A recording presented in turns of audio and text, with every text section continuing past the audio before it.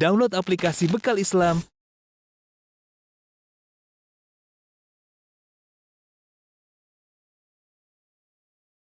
Bismillahirrahmanirrahim. Assalamualaikum warahmatullahi wabarakatuh. Alhamdulillahi ala ihsanih wa syukru lahu ala taufiqihi wa amtinanih wa asyhadu an la ilaha illallah wahdahu la syarika lahu ta'ziman li sya'nih wa asyhadu anna Muhammadan abduhu wa rasuluhu da'ila ridwani. Allahumma salli alaihi wa ala alihi wa ashabihi wa ikhwani. Ikhwan dan akhwat yang dirahmati Allah Subhanahu wa taala, kawan-kawan di Qatar, di Abu Dhabi dan yang lainnya. InsyaAllah pada kesempatan kali ini kita akan bahas suatu perkara yang sangat tersebar di masyarakat kita, itu tentang merokok ya. Saya baru aja buka di internet ya, bahwasanya Indonesia adalah persentase penduduk terbesar sebagai perokok terbesar di dunia ya. Jadi Indonesia dibandingkan jumlah perokok, persentasenya paling besar di dunia adalah orang Indonesia yang paling banyak merokok ya, berdasarkan laporan dari WHO ya. Dan ini adalah perkara yang ya menyedihkan ya, karena kita tahu rokok mudaratnya sangat banyak ya.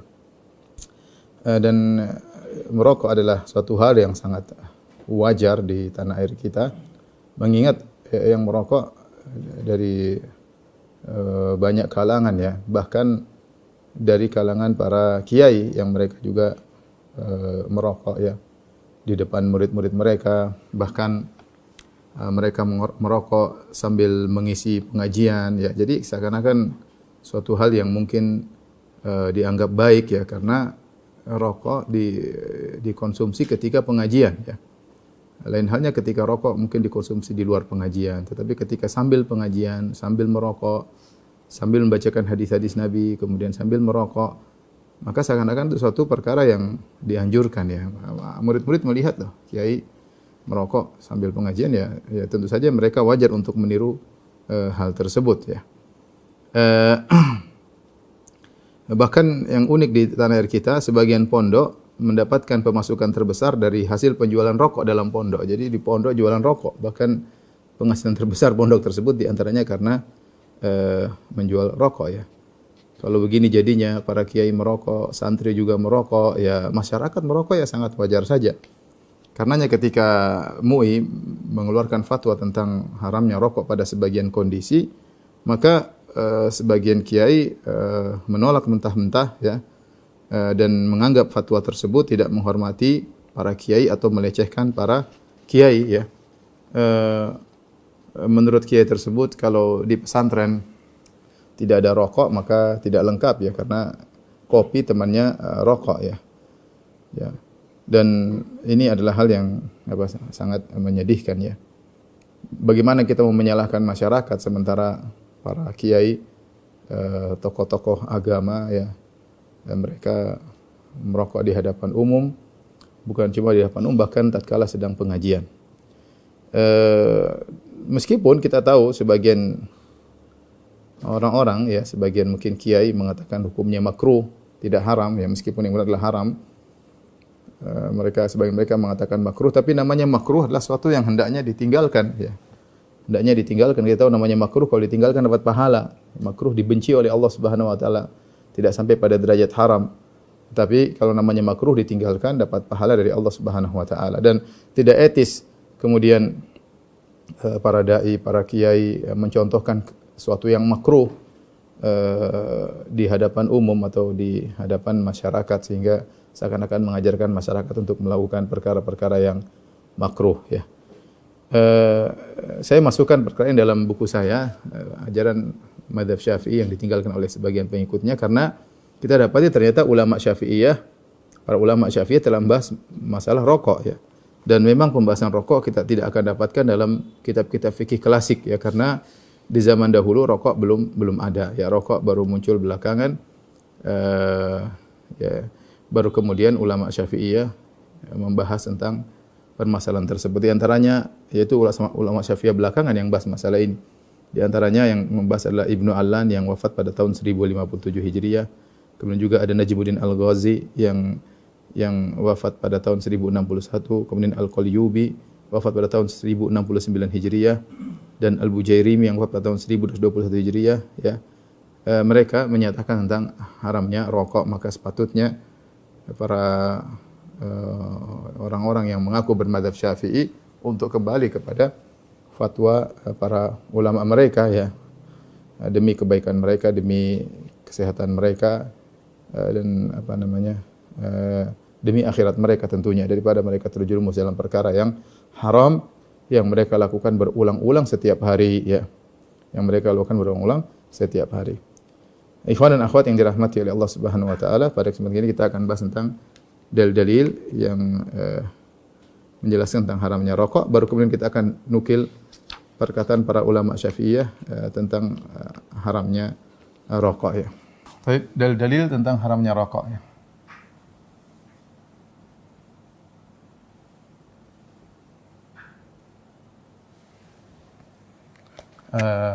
Dari Al-Quran, ya.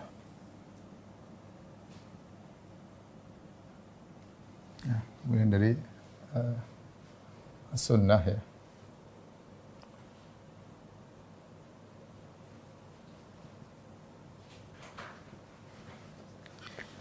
Dari fitrah.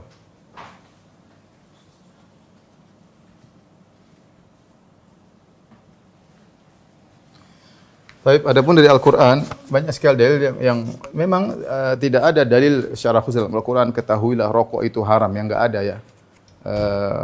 Al-Quran sempurna dan cukup Al-Quran meletakkan kaedah-kaedah, demikian juga hadis-hadis meletakkan kaedah-kaedah yang dengan kaedah-kaedah tersebut bisa mencakup perkara-perkara yang baru akan muncul di masa depan. Karena sebenarnya mengatakan mana dalilnya dalam Al-Quran, ketahuilah rokok itu haram.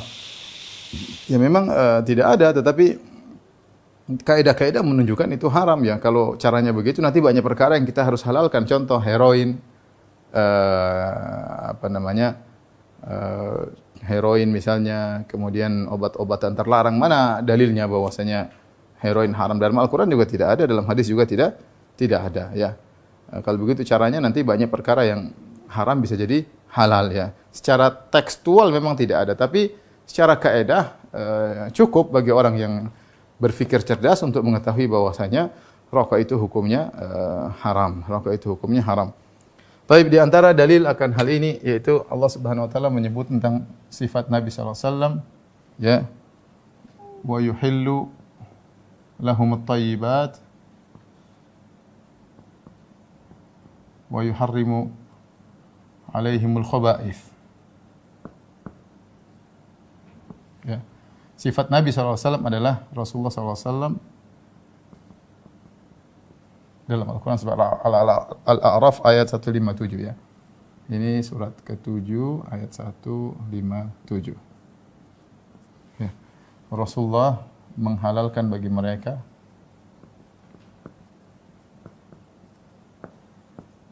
yang baik, yang baik-baik, dan mengharamkan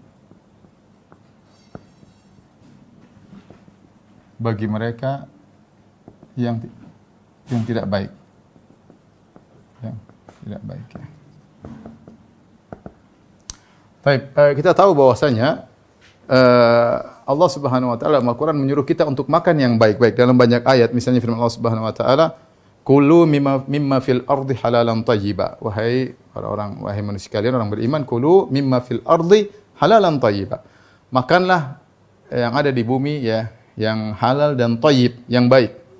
Halal yang baik, ya. Berarti ada yang baik, ada yang tidak baik, ya. Ada yang thayyib, ada yang khabith, ya. Kemudian juga Allah Subhanahu wa taala berfirman, "Ya ayyuhar rusulu kulu minat thayyibati wa'malu shalihan." Wahai para rasul, makanlah yang baik-baik.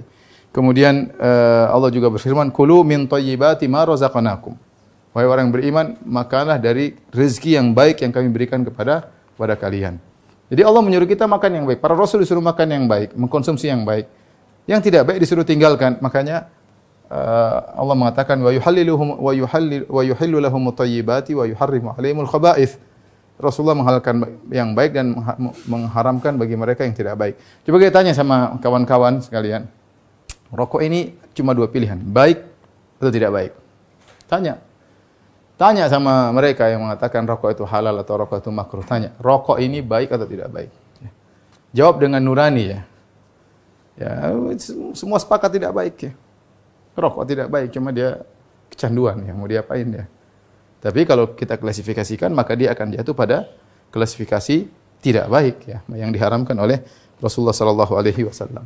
Kemudian di antaranya dalil juga kata Allah Subhanahu wa taala, "Wala tulku bi aidikum ila tahlukah."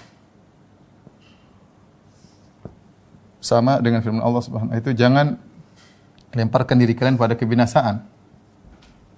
Jangan lemparkan diri kalian, yaitu dalam kebinasaan.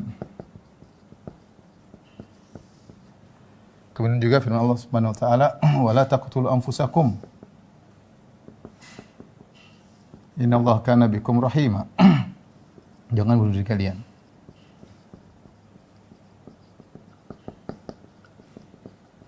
Jangan bunuh diri kalian ya. Ustadz kayaknya dalilnya terlalu kasar, jangan bunuh diri. Emang orang merokok bunuh diri? Ya mungkin tidak langsung mati ya, tidak langsung mati. Tetapi tanya para dokter, mereka sepakat bahwasanya apalagi zaman sekarang bahwasanya rokok itu berbahaya. Kalau zaman dahulu mungkin sebelum teknologi canggih, sebagian dokter mungkin mengatakan rokok tidak apa-apa, bahayanya sedikit. Tapi dengan kemajuan teknologi mereka bisa memeriksa bahan-bahan yang terkandung dalam rokok, baik nikotin atau ter atau yang lainnya yang sangat berbahaya, yang bisa menimbulkan berbagai macam penyakit. Dan ini sudah tertulis. Para pembuat rokok ketika buat iklan tulis rokok berbahaya, bisa menimbulkan ini dan ini dan ini dan ini. Dirinci. Sekarang enggak dirinci tapi disuruh global, rokok membunuhmu. Rokok membunuh. Saya tidak tahu mana yang lebih mengerikan. Dirinci atau cuma secara global. Tetapi yang nulis itu perusahaan rokok, ketika dia bikin iklan ditulis rokok membunuhmu ya. Maka wajar kalau kita bawakan ayat ini, wala taqtulu anfusakum. Apakah mereka bohong ketika nulis rokok membunuhmu? Ya. Ataukah pemerintah ketika menulis rokok membunuhmu syarat daripada iklan rokok berarti bohong? Jelas rokok membunuhmu. Bahkan WHO saya baca tadi berita bahwasanya rokok di abad 20 ini membuat mati sekitar sebab kematian 100 juta manusia. Dan ini mengalahkan perang dunia pertama, perang dunia kedua. Perang dunia kedua yang meninggal sekitar 60 sampai 80 juta. Perang dunia pertama sekitar 18 juta ya. Jadi kalau digabungkan ya sama dengan akibat yang ditimbulkan oleh rokok. Cuma kalau perang dunia mungkin langsung mati.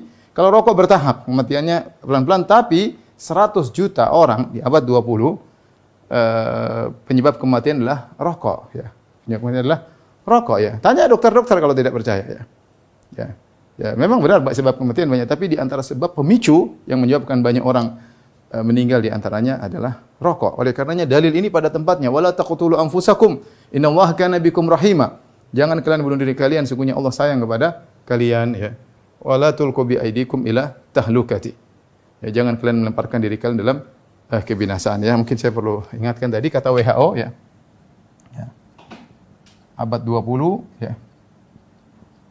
100 juta orang mati ya. Karena disebabkan rokok. Ya, wallah alam mereka kalau kita bilang mereka dusta lagi ya terserah ya. Tapi intinya ini menurut penelitian mereka, tentunya mereka tidak asal ngomong, mereka punya penelitian dan ini sama dengan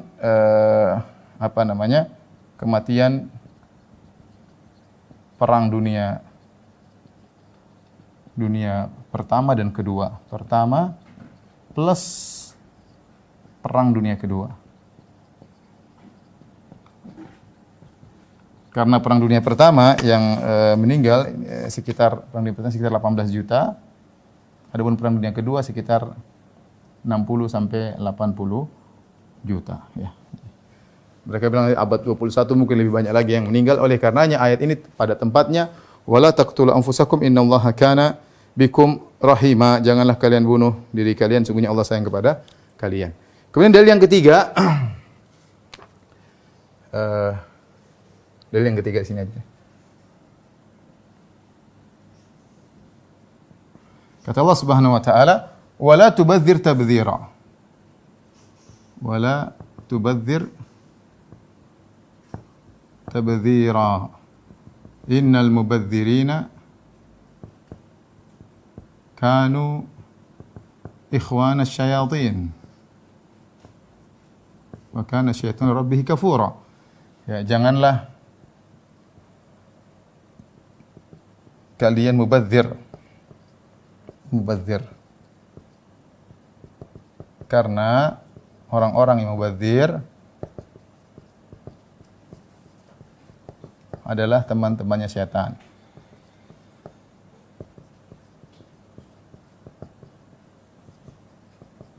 Saya rasa ini dalam surat Al-Isra, saya rasa tidak ada yang ragu bahwasanya orang yang merokok disebut mubadzir, tidak ada yang ragu. Allah melarang israf, Allah melarang tabdzir, ya. Israf kebanyakan digunakan pada perkara yang halal tapi berlebih-lebihan. Allah mengatakan kulu washrabu wala tusrifu. Makanlah dan minumlah namun jangan berlebih-lebihan, ya.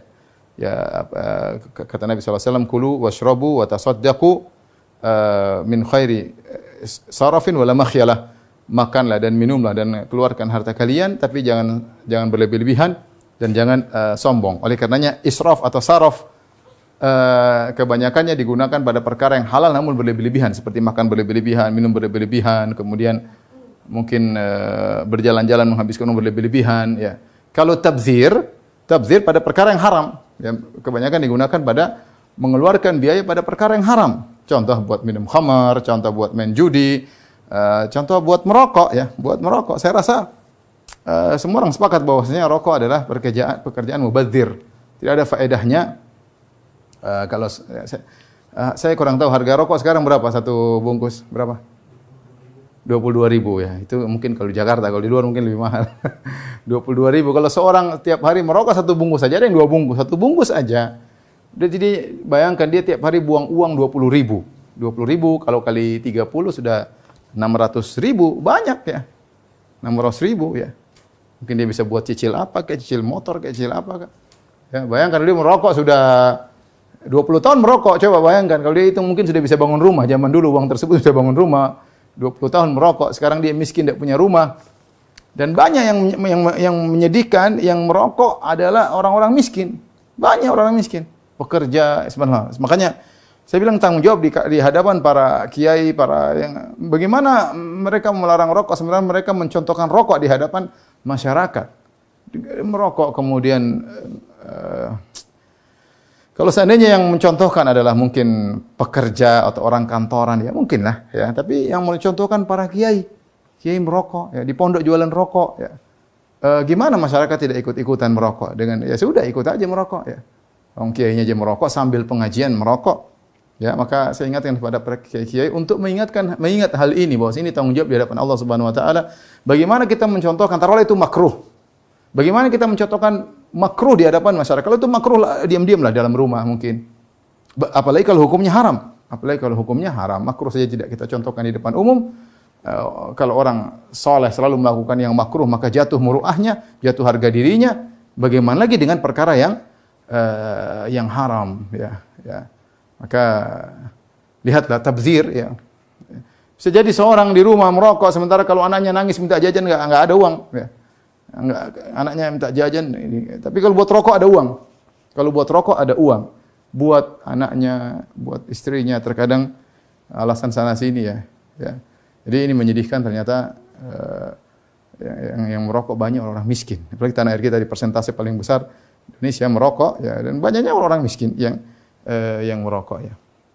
Wala tubadzir tabdzira, janganlah kalian melakukan tabdzir. Kenapa? Innal mubadzirina kanu ikhwanas syayatin. Sungguhnya orang-orang yang melakukan tabdzir adalah teman-temannya syaitan, ya. Teman-temannya syaitan. Ya ikhwan, ya. Saya kadang berpikir, ya, kenapa orang bisa merokok? Coba pertama kali apa yang motivasi dia untuk merokok? Pasti dia pertama merokok pasti dia batuk-batuk, tidak enak. Apa yang buat dia motivasi merokok? Ya mungkin kelihatan keren, kelihatan orang berhasil. Awalnya nggak enak, batu-batu, pasti. Semua orang merokok tidak langsung bisa menikmati, tidak mungkin. Dia pasti merokok pertama, dia pasti batu-batu, terganggu, terkadang kepala pening, dan itu kenyataannya demikian. Tetapi ini bukti bahwasanya syaitan bisa menghiasi sesuatu yang buruk jadi baik. Karena syaitan sudah bersumpah di hadapan Allah, la uzayyinanna lahum fil ardi wa la ughwiyannahum ajma'in. Ya Allah, sungguh benar-benar aku akan menghiasi maksiat di dunia bagi anak-anak Adam. Sesuatu yang buruk. Beda, saya katakan beda. Yang orang bisa langsung lezat, misalnya zina, ya. Haram tapi langsung lezat, ya. Zina haram langsung apa? Lezat, ya. Ya, mungkin apa kayak banyak maksiat yang dilakukan langsung lezat, ya. Tapi kalau rokok enggak. Rokok batu-batu, nanti setelah berapa kali dia mencoba baru kemudian dia ketagihan. Ya, terus apa motivasi dia? Ya tadi, setan menghiasi seakan-akan kalau kau merokok, kau keren. Kalau kau merokok berarti kau orang gaul, kau akan ini, akan anu, akan ini, akan anu. Sampai orang miskin pun terjebak dengan semuanya. Orang miskin akhirnya merokok. Makanya saya kadang mikir apa sih yang buat, kenapa orang terjebak ya? Terjebak dengan merokok sesuatu yang mengganggu pernapasan, yang buat orang batu, apalagi di awal kali dia merokok. Lama-lama dia terbiasa malah kecanduan ya. Tapi ini dalil-dalil Al-Quran yang menunjukkan bahwasanya rokok itu haram ya. Rokok itu haram. Baik, kita lanjutkan dari sunnah Nabi SAW.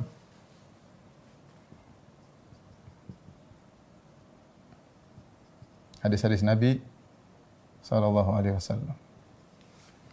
Ya. Di antaranya Rasulullah SAW bersabda, ya, la darar wa la dirar. Ya. Tidak boleh membeli mudarat. Mudarat, ya. Yaitu pada diri sendiri atau pada orang lain. Atau pada orang lain. Kaidah mengatakan ad-dararu yuzal, namanya kemudaratan harus dihilangkan. Dan rokok ini mengumpulkan dua mudarat tersebut. Seorang merokok memberi kemudaratan pada dirinya dan juga memberi mudarat kepada orang lain. Mending dia hanya memberi kemudaratan pada dirinya, dia akan beri kemudaratan kepada orang lain ya. Ya ikhwan, yang dirahmati Allah Subhanahu wa taala, mungkin seorang mengatakan ini kan badan saya, terserah saya mau apa yang mau saya lakukan terhadap badan saya. Jawabannya tidak. Ini badan, kesehatan adalah kenikmatan yang Allah akan mintai pertanggungjawaban di kemudian hari. Sebab kita banyak dapat kenikmatan jasad, kenikmatan kesehatan, kenikmatan waktu luang, kenikmatan harta. Apakah orang bebas menggunakan hartanya? Ini harta saya mau beli macam-macam. Oh, enggak boleh. Kau akan ditanya tentang harta tersebut, ya. Sama jasadmu ini tidak boleh kau rusak, ya. Kalau ada seorang kemudian dia potong jarinya, haram hukumnya, tidak boleh merusak jasad, ini jasad amanah dari Allah Subhanahu wa taala ya. Makanya Nabi SAW mengatakan man tahassas summan ya faqatala nafsahu fasummuhu fi yadihi wa huwa yatahassahu fi nari jahannam mukhalladan fiha abada. Barang siapa di dunia mati karena mengkonsumsi racun, ya dia konsumsi racun, maka faqatala nafsahu, dia bunuh diri, maka pada hari kiamat dia akan disiksa dengan dia mengkonsumsi racun tersebut di neraka jahannam selama-lamanya ya. Jadi jangan mentang-mentang ini badan saya mau rusakin, terserah saya. Oh enggak, ini badan amanah dari Allah, kamu akan diminta pertanggungjawaban. Karena kau telah merusaknya, ya. Makanya orang kalau mati bunuh diri disiksa dengan bagaimana cara dia bunuh. Padahal saya bunuh diri dengan melemparkan dirinya dari tempat yang tinggi, dia akan disiksa oleh Allah pada hari kiamat dengan lemparkan tempat yang tinggi. Barang siapa qatala nafsahu bihadidatin, barang siapa bunuh dirinya dengan benda yang tajam, dia akan disiksa pada hari kiamat dengan menikam-nikam dirinya pada hari kiamat di neraka jahanam kelak. Oleh karenanya orang yang merokok ya terkumpulkan pada dia dua perkara, memudaratkan dirinya. Yang lebih parah daripada itu memudaratkan orang lain. Dan ini yang paling saya khawatirkan pada hari kiamat kelak, ya. Kasus-kasus banyak terjadi, ya. Kata Nabi SAW, al-muslim man saliman muslimuna min yadihi wa lisanihi. Muslim yang sejati itu orang lain tidak terganggu dari gangguannya, baik dengan lisannya atau tangannya. Kasus banyak ya. Saya pernah menghadapi kasus di Madinah ya, ada orang Indonesia, suster ya. Kemudian dia terkena kanker ya, qadarullah. Karena suaminya perokok, ya suaminya ya mungkin tidak meninggal tapi ya istrinya justru yang tidak punya kekuatan tubuh yang kuat. Dia menjadi perokok yang pasif, yang bekas-bekas dari suaminya. Dia meninggal. Yang kena kanker apa? Yang kena kanker istrinya. Lalu dia suster. Dan ini kasus yang saya hadapi sendiri ya. Ya, artinya kejadiannya ketika saya masih tinggal di Madinah. Kemudian juga di antaranya anak bayi ya, masih kecil terkena penyakit gara-gara rokok bapaknya ya. Ini kejadian ya. Kasihan ya. Ya. Oh, kita mengganggu orang lain, mengganggu orang lain. Saya termasuk orang yang terganggu kalau ada orang merokok, sangat terganggu ya. Ya makanya ketika Rasulullah SAW mengatakan kalau kalian berjalan, kata Nabi SAW, fa'atu at-tariqa haqqahu. Kalau kalian di jalan maka berikanlah hak jalan. Para sahabat bertanya, wa ma haqqut tariq? Ya Rasulullah, apa haknya jalan? Kata Rasulullah SAW, ghaddul basar, tundukkan pandangan, wa kafful adza, jangan ganggu orang. Wah, kita berjalan, jalan kaki, orang depan merokok, asapnya masuk ke kita dan kita tidak suka, udah baunya busuk, kita batu-batu. Terganggu. Dia santai aja. Kita di belakang terganggu. Ya. Bahkan ketika saya terganggu. Saya lagi di Muzdalifah, kemudian ada orang merokok sampai ke saya terganggu, tidak bisa tidur. Dia santai aja, ya. Saya bilang, ya akhi, ini hajian ya akhi. Santai aja, kayaknya saya yang aneh melarang orang merokok. Tapi Anda jangan menganggap semua orang merokok seperti Anda, banyak orang yang masih tidak merokok, yang terganggu dengan itu, ya. Zalim ya akhi. Zalim ya. Saya bawa anak waktu itu, saya tegur seorang, ya akhi, Pak, merokok jangan sini. Kamu yang pergi sana, jangan. Subhanallah. Dia merokok di tempat umum. Ya. Emang ini punya dia. Kalau dia ada ruangan rokok sana merokok. Kenapa merokok di tempat umum? Zalim. Dan yang pernah saya alami sendiri ketika saya umroh sama istri saya. Subhanallah, kita di kamar. Saya alhamdulillah masih lebih kuat. Istri saya batu-batu nggak berhenti semalaman suntuk. Kenapa? Tetangga sebelahnya merokok. Kita bingung asap dari mana. Ternyata sebelah ada yang merokok. Akhirnya telepon pihak hotel untuk menegur orang tersebut. Orang Indonesia ternyata. Istri saya sampai nangis-nangis, nggak kuat. Batuk nggak berhenti. Saya batuk dikit-dikit ya. Rupanya meskipun hotel sudah, tapi ada asap aja yang masuk karena sebagian pintu nyambung ya, connecting cuma ditutup, tapi masih ada celahnya dan asap bisa masuk. Bayangkan dia umroh ganggu orang, zalimi orang.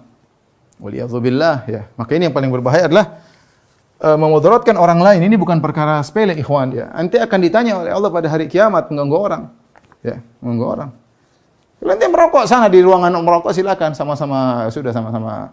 Bikin nanti mengganggu orang yang tidak biasa merokok, sangat-sangat terganggu. Saya termasuk orang yang sangat-sangat terganggu dengan merokok ya. Saya tidak kuat kalau ada asap rokok, saya pergi. Dan teman-teman tahu, saya misalnya makan di restoran ada orang merokok, rokoknya saya pergi. Saya tidak bisa ya. Saya tidak bisa ya, tidak kuat ya. Intinya ikhwan dan akhwat rahmatillah subhanahu wa ta'ala, ini yang paling berbahaya di antaranya bahaya rokok adalah memudaratkan orang lain ya. Kemudian saya ajak ikhwan-ikhwan merenungkan. Nabi SAW bersabda, lan tazula qadama abdin hatta yus'al an arba'. Tidak akan bergeser kedua kaki seorang hamba hingga ditanya tentang 4 perkara.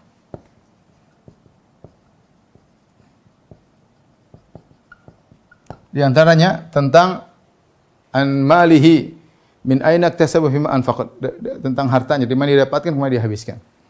Ini saja, di mana habiskan, dia tanya untuk beli rokok. Orang miskin kasihan, merokok. Di tukang, lihat orang merokok, tukang sampah, tukang batu, kasihan lihatnya sudah. Ya, gaji berapa sih? Potong, taruhlah dia gaji 100.000 per hari. Itu kalau sampai, itu potong 20.000 buat rokok. Banyak 20.000.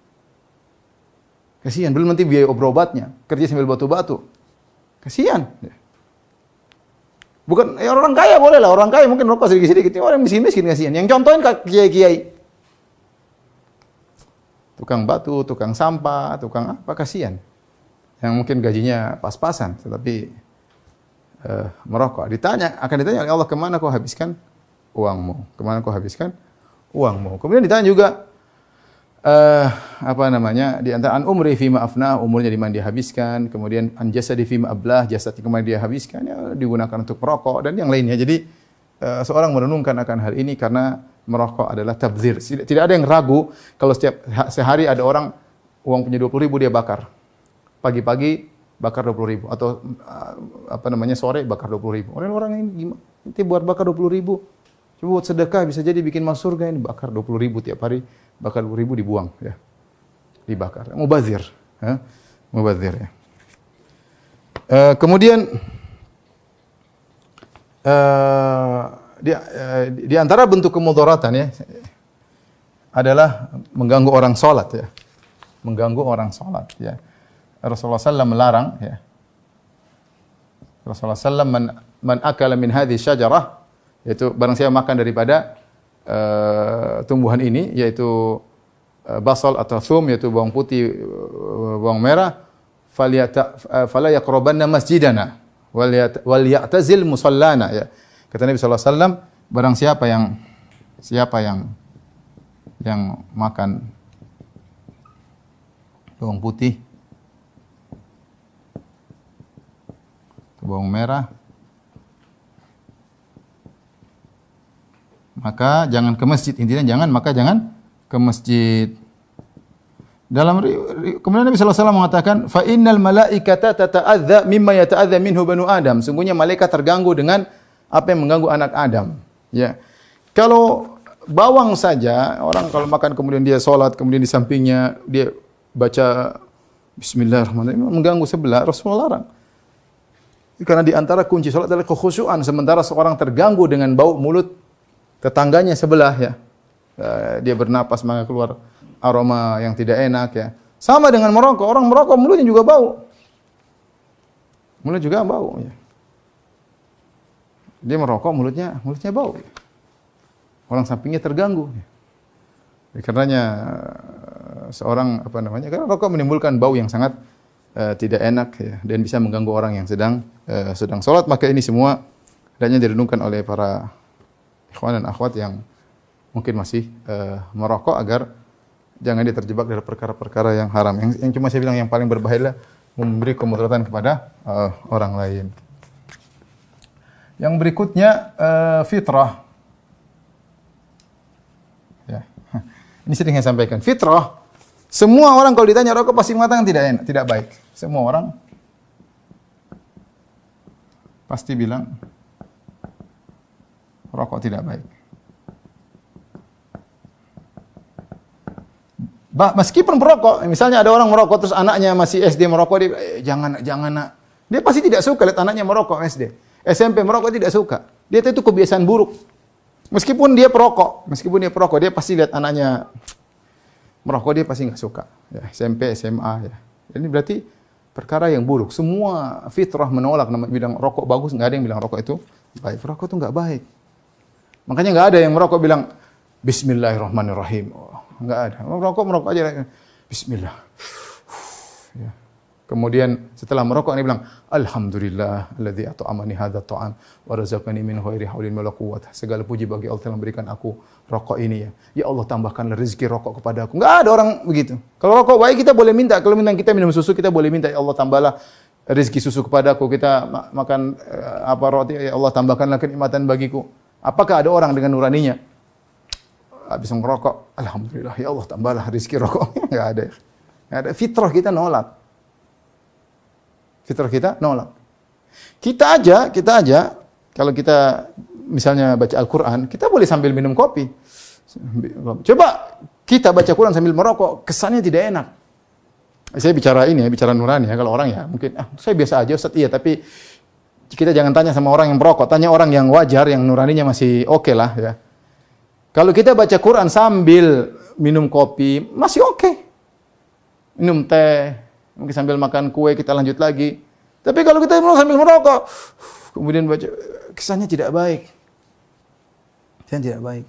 Saya sering sampaikan para jemaah haji, gimana antum pakai kain ihram, kemudian labbaik Allahumma labbaik, labbaik la, enggak enak dilihat. Enggak enak dilihat ya.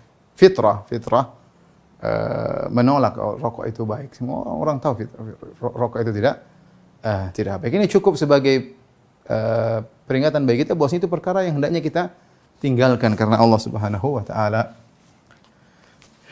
Jadi tidak ada yang ketika merokok yang memulai rokok dengan membaca bismillah. Enggak ada.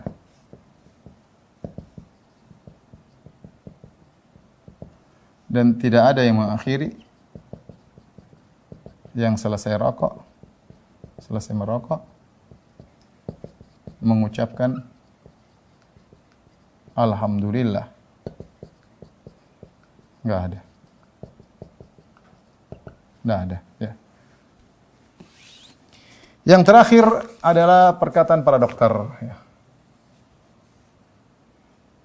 Kesepakatan para dokter.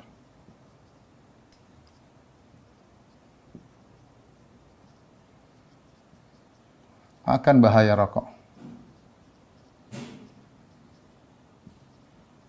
Ya, saya bilang tadi, dulu mungkin ada dokter yang mungkin ragu-ragu ini rokok, mungkin bilang makruh. Tapi sekarang saya rasa semua dokter semua sepakat dengan kemajuan teknologi, dengan ilmu sains yang lebih maju, ilmu medis yang lebih maju. Mereka tahu bahaya rokok mengandung ini, bahayanya kayak apa, sumber kematian dan macam-macamnya, ya. Sehingga mereka katakan bahwasanya rokok adalah haram, ya. Dan banyak hal kita kembali kepada perkataan dokter. Masalah penyakit kita tanya sama dokter, ya. Sehingga ketika para ulama membahas perkara-perkara tertentu yang berkaitan dengan dokter, mereka mengambil keputusan dari pernyataan para dokter. Banyak hal, ya. Masalah misalnya proses misalnya melahirkan, boleh nggak begini? Mereka tanya dokter ini bagaimana, ya. Misalnya masalah kecantikan, prosesnya bagaimana? Mereka tanya dokter. Ya, mereka tanya dokter. Penggunaan ini bagaimana? Mereka tanya dokter. Di antara rokok tanya dokter. Yang pakar dokter. Jangan kemudian kiai ngomong rokok enggak apa-apa. Ya, yang tanyalah kepada ahlinya. Jangan kiai ngomong misalnya masalah kesehatan, enggak nyambung, ya. Diketawain, kecuali kiainya mungkin dokter pernah belajar ilmu kedokteran, ya mungkin kita bisa ambil omongannya. Ini kiai enggak pernah belajar di pondok kemudian bicara rokok enggak apa-apa, enggak nyambung, ya.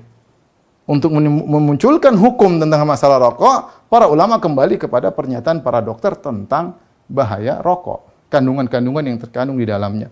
Dan seluruh dokter sepakat, meskipun dokternya juga merokok, ya, sebagian dokter merokok, tapi mereka tahu bahwasanya rokok itu berbahaya bagi kesehatan, bagi orang lain, ya. Terkadang berbahaya bagi janin, dan banyak hal, ya. Kemudian merupakan sebab banyak kematian. Taib. Dari sini bisa kita simpulkan, ikhwan dan akhwat yang dirahmati Allah Subhanahu wa taala, kesimpulan sebab-sebab pengharaman, sebab-sebab diharamkan rokok. Apa saja tadi? Pertama adalah di antaranya perkara yang buruk.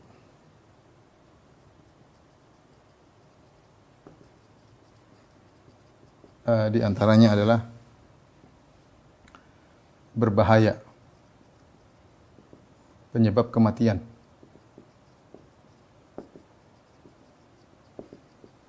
Di antaranya adalah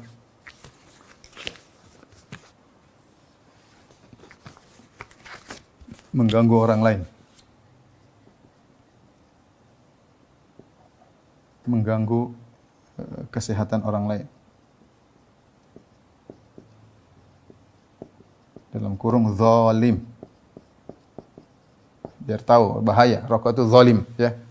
Kalau dia ngerokok di kamar sendiri, ya mungkin dia enggak zalim, ya. Paling mengganggu cicak yang ada di dinding, terganggu dengan rokoknya. Nah, kalau di tempat umum yang mengganggu orang, dia merokok di luar, di bandara merokok di luar, ada ruang, masuk di ruang sana, silakan merokok di tempatnya, ya. Di antaranya bau yang tidak enak.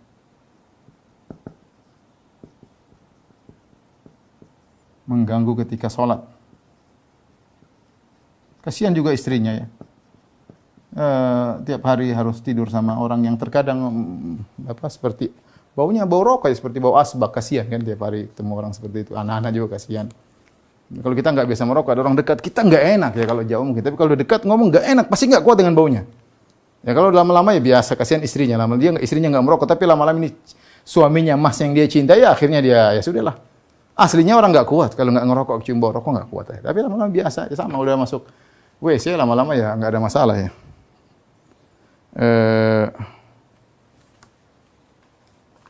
Ada lagi jangan lupa, yaitu mubazir. Ya.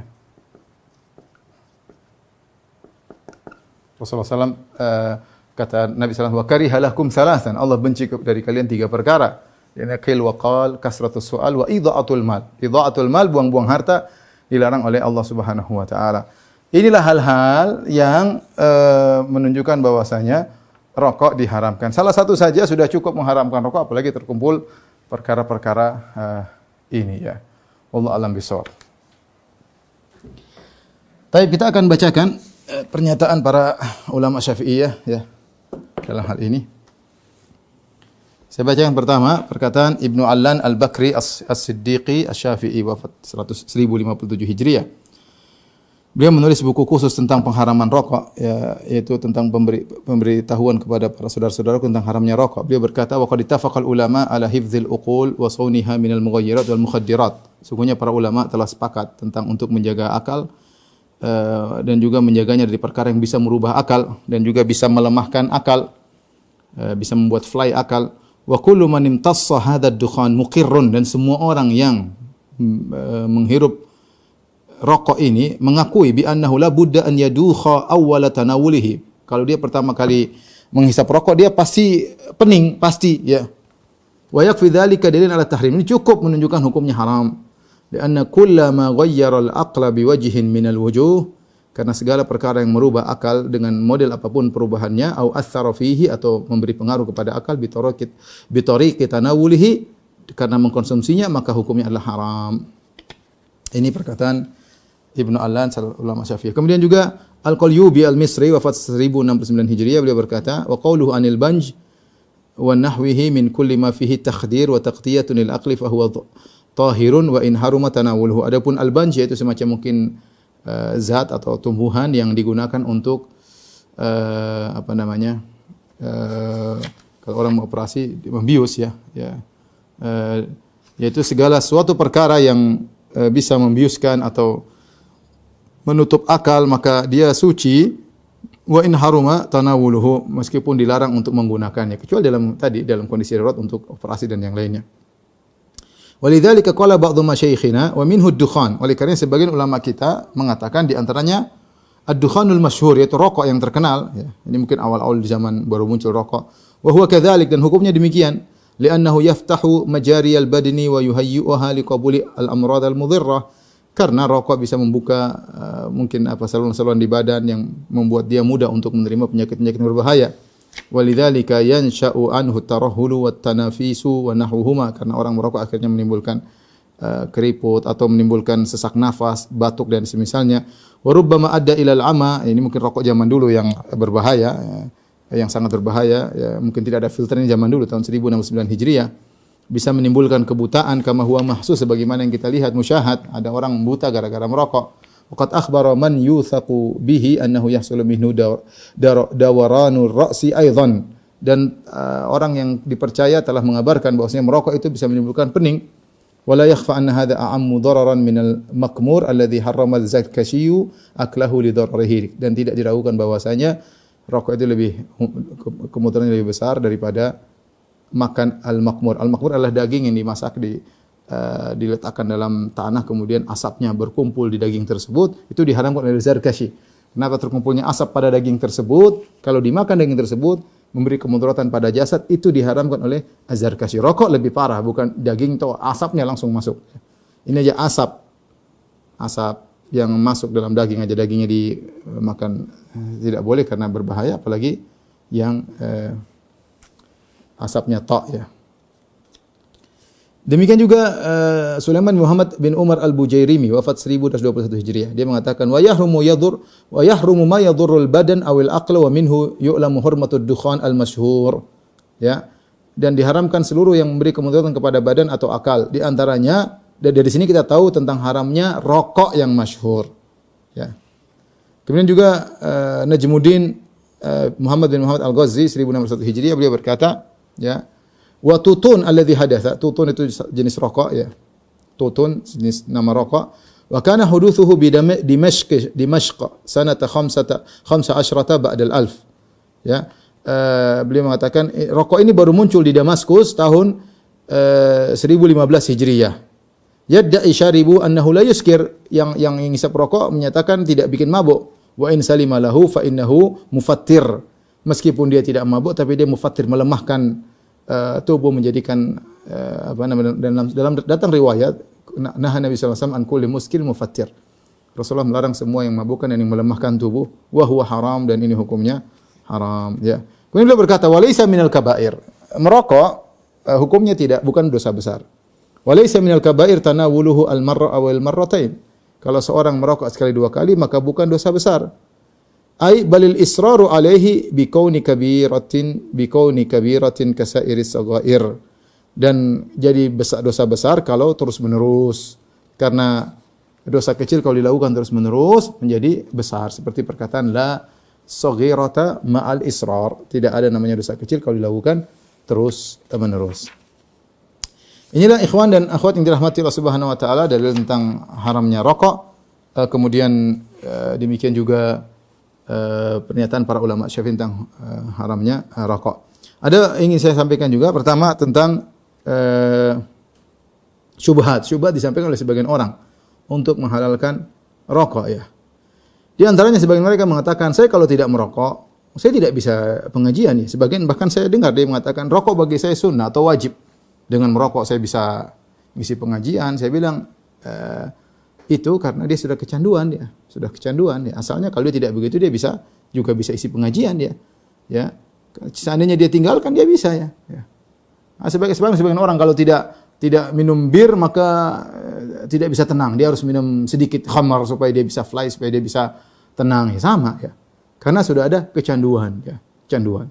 Orang candu seperti itu, dia kalau enggak melakukan apa yang dia candui tersebut, maka dia akan terganggu, tergelisah. Kenapa? Karena dalam rokok ada bahan nikotin yang bikin orang kecanduan. Bahkan sebagian orang mengatakan kecanduan yang ada dalam rokok lebih tinggi daripada kecanduan khamar. Orang yang tidak minum khamar dia masih bisa menahan diri, tapi orang tidak merokok enggak bisa dia. Dia kayak gelisah, harus merokok. Kenapa? Karena ada kecanduan. Ya sudah sudah mendarah daging nikotinnya, sehingga dia harus mengkonsumsi, sama seperti orang yang obat-obat terlarang. Kalau enggak dia gelisah, ya dia harus segera mengkonsumsi obat terlarang agar bisa melepaskan kecanduan atau bisa memuaskan yang dia candu tersebut. Jadi kalau sebagian kiai mengatakan demikian, kalau saya justru rokok bagi saya wajib, saya bilang ya itu tidak benar, ya, karena Anda saja yang kecanduan, ya. Anda saja yang kecanduan sebagaimana candu-candu yang lain, ya. Ada yang mengatakan juga, Ustaz, banyak orang juga merokok tidak mati. Ya, saya bilang, ya benar. Ya, itu mungkin pengecualian, ya, atau halah nadirah, jarang. Ya, kita bicara WHO mengatakan kebanyakan meninggal. Bahkan tanya dokter-dokter lah. Tanya dokter. Saya pernah ketemu dokter. Dia dokter apa? Orang Aceh waktu itu. Dia bilang, Ustaz, semua pasien saya perokok. Saya lupa dokter ginjal kalau nggak salah. Saya lupa, ya. Intinya kanker ginjal atau apa. Dia bilang sebabnya semua karena merokok. Semuanya karena merokok. Jadi dia mengatakan, Allah alam, ini dia dokter, dia rokok itu akan menimbulkan kanker. Cuma terkadang seorang mati dulu sebelum kanker. Seandainya dia hidupnya lama, kanker suatu saat dia akan sampai pada titik dia terjadi kanker. Ya. Adapun seorang tidak meninggal, ada orang mungkin 70 masih merokok, 80 masih merokok, bukan berarti kemudian menjadi hal banyak orang yang masih muda merokok meninggal gara-gara rokok. Sebagaimana orang-orang bule banyak minum khamar tidak mati-mati, banyak. Terus khamar jadi halal, khamar jadi halal, minum khamar sampai 70 tahun, 90 tahun masih teler, khamar berbahaya, alkohol, tapi tidak mati, kemudian jadi halal. Bukan berarti orang tidak mati kemudian menjadi halal. Tapi semua dokter tahu paru-parunya rusak, ya, paru-parunya rusak dengan merokok tersebut.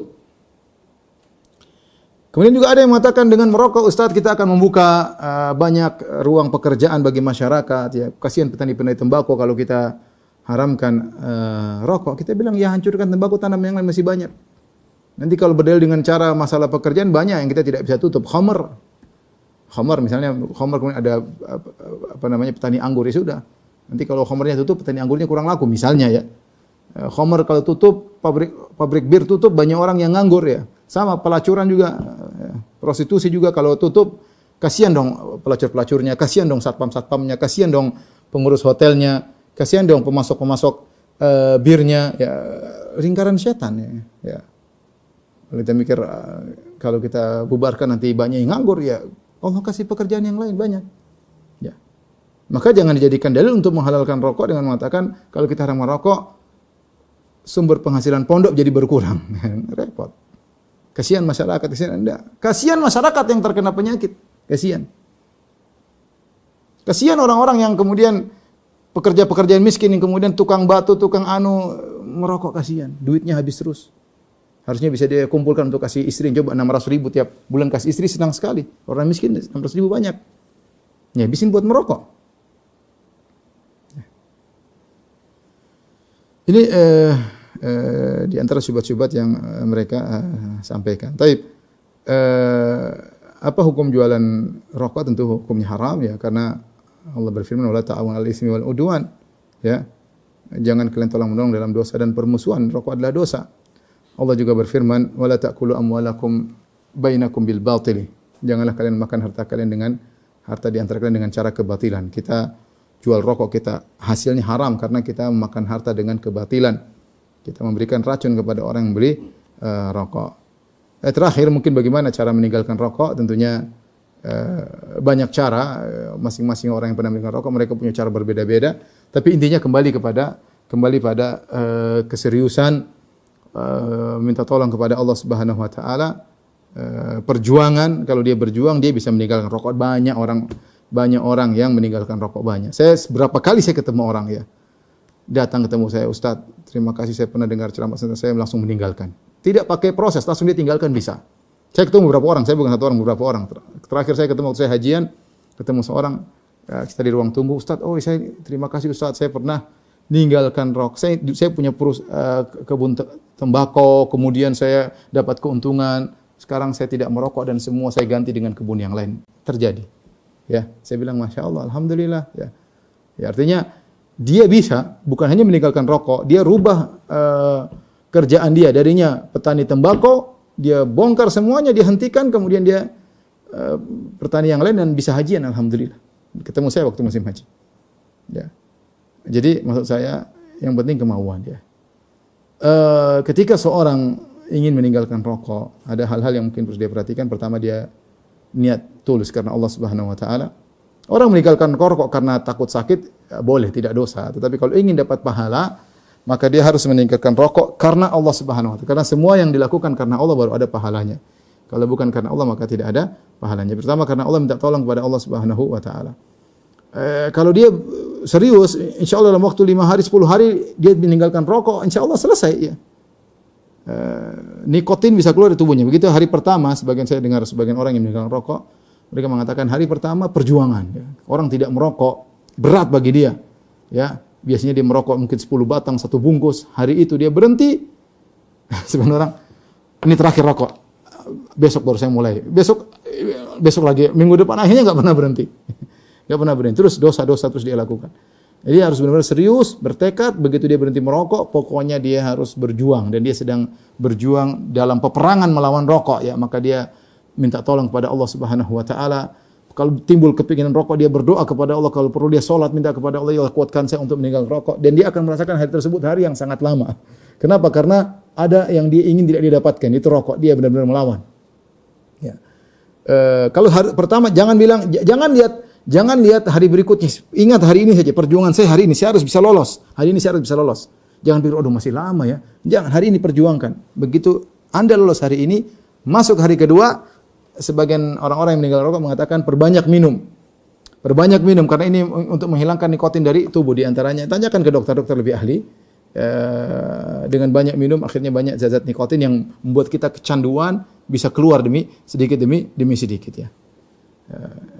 Perjuangan, banyak minum, kemudian sama, berdoa kepada Allah. Hari ketiga, ada yang mengatakan, mulailah cari kesibukan, entah baca Quran, kayak ikut pengajian, kayak jalan-jalan, kayak yang penting tersibukkan sampai tidak sempat merokok. Bagaimana caranya? Jangan lupa, kabarkan kepada kawan-kawan dekat yang agar membantunya, misalnya orang tuanya kayak atau kakak adiknya, saya mau berhenti merokok, tolong bantu, jangan merokok dekat saya misalnya, jangan saya ingin berjuang ya. Seperti itu agar mereka bisa memahami kondisi seorang yang ingin meninggalkan rokok. Kemudian di antara faktor yang bisa membuat seorang meninggalkan rokok, rubah kondisi. Semua hal-hal yang membuat kita terpancing untuk merokok, tinggalkan. Misalnya, biasanya seorang merokok dengan minum kopi. Sudah kopi jangan diminum, ganti es teler misalnya. Karena kalau ada kopinya, waduh kurang lengkap, nggak ada rokoknya. Jangan, pokoknya semua yang bisa. Orang biasanya merokok sambil kopi, biasanya udah kopinya jangan minum kopi hari itu. Perjuangan sampai seminggu gak minum kopi. Ya. Kalau ada ketemu kawan-kawan yang menimbulkan kita merokok, jangan berteman sama mereka untuk seminggu sampai kecanduan hilang. Kecanduan itu bisa hilang. Kalau kecanduan sudah hilang hari ke-10 sudah hilang, selesai. Yang penting jangan coba-coba lagi, pengen coba sedikit, jangan.